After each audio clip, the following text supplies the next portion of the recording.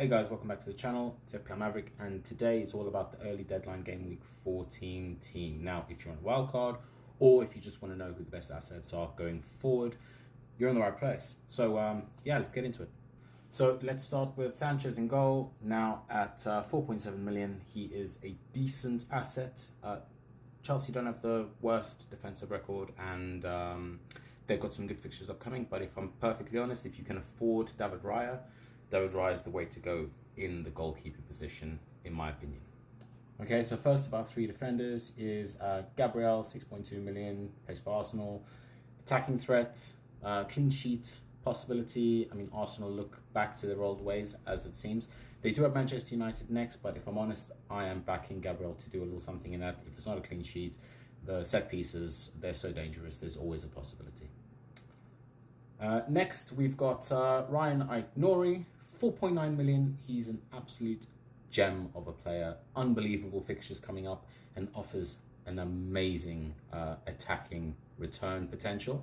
Very, very unlucky conceding 3 penalties. I mean, that is very rare. So he got 0 points. But against Everton, this Everton, honestly, is one of the first players on the team sheet. And our last defender is a bit of a differential, 1.7% owned, Munoz. Now, Munoz is coming off an attacking return, and he's got Ipswich away. 4.7 million. I'll be honest with my defenders across the board. I'm not expecting clean sheets or real defensive returns anymore. But get those attacking defenders. Now, I'm gonna caveat this by saying Munoz is going to be swapped with Kerkez, who we currently have on the bench. But for this game week, I'm backing Munoz. Now moving to the midfield. Buonanotte. Oddly enough, it's got West Ham away. 5 million, 1.4% owned.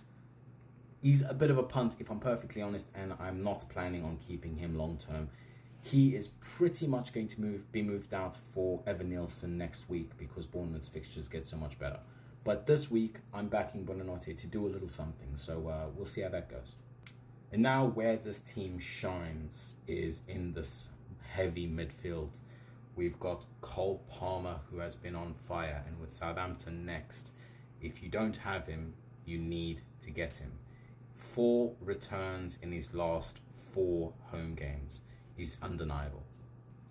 And now on to Jared Bowen, who, if I'm honest, is a very, very good transfer in this week. A lot of people are doing it for Brian Mbeumo. Now, in my opinion, I would hold Bowen till about game week 17 and then look to bring in Bruno Fernandes if you can afford him. For me, that is ideal. But as a differential pick, I think Bowen is good for the foreseeable, at least until you can move him out for someone else with a little bit better fixtures. And now on to Salah Saka. Just came off a massive haul against West Ham. He's looking very sharp. Arsenal looking very sharp, absolutely deadly. I'll be honest, he's a priority. He's a priority transfer, so if you don't have him, I'd suggest trying to get him. And now on to the Egyptian king, Mohamed Salah. At 56% owned, he is the in-form player this season. Haaland out, Salah in.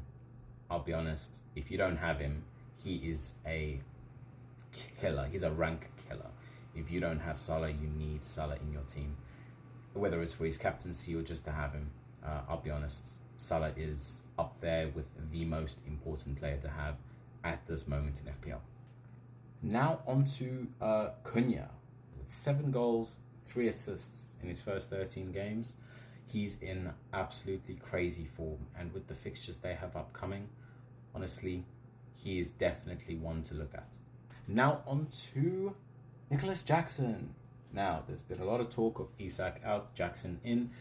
I don't necessarily know where I fall within that, as Isak does have some really good fixtures coming, but then so does Jackson. So I'll be honest, as it stands, with the price points and how everything's working out, Nicholas Jackson's my guy.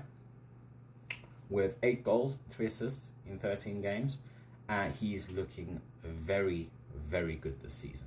So if I'm honest, Nicholas Jackson, probably the way to go, especially with the fixtures, not just short term, but relatively long term. I do like Nicholas Jackson.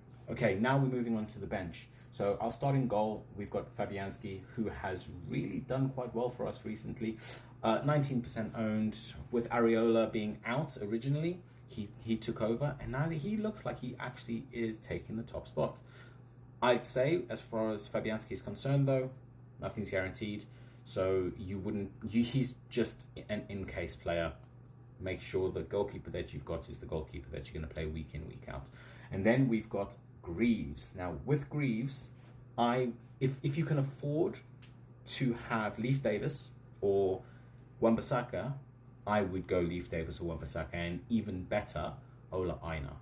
But Greaves is just a placeholder. 4 million, just someone to have there to allow us to have other players in other places.